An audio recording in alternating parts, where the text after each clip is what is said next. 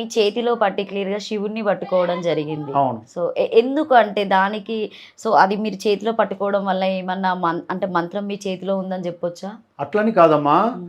మంత్రం, తంత్రం, యంత్రం 3 ఉంటాయి హ్మ్. ప్రతి ఒక్కళ్ళకి. ఆ 3 ఉన్నప్పుడు ఈ మూడిటికి సృష్టికర్త శివుడే. శివుడు శ్మశానంలో ఎందుకుంటాడమ్మా? మశానంలో హ్మ్. తెలుసా? శ్మశానంలో. హ్మ్. మశానంలో ఎందుకుంటాడు?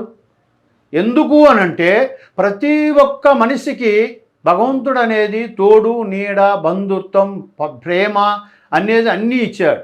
లాస్ట్‌కి మనిషి చనిపోయాక కాష్టంలోకే కదా పోయేది. అవును. కాష్టంలోకి పోయినప్పుడు అప్పుడు ఆ ఒక్క జీవి అనేది ఆత్మ అనేది ఒక్కటే ఒంటరిగా పోతుంది. హ్మ్. ఒంటరిగా పోతుంటుంది.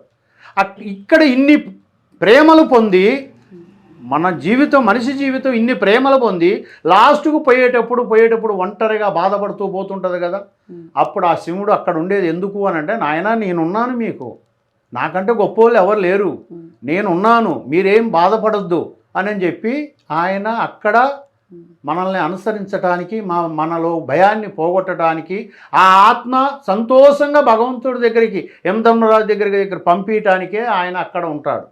అందుకని శివుడు లేనిది మనం లేము. ఎంతమంది దేవతలున్నా ఆ పరమాత్ముడు శివుడు అనేది ఆయన ఆజ్ఞ లేనిది ఎవరికైనా సరే సీమైనా కుట్టదు. ఆయన ఆజ్ఞతోనే ఏదైనా నడుస్తుంది.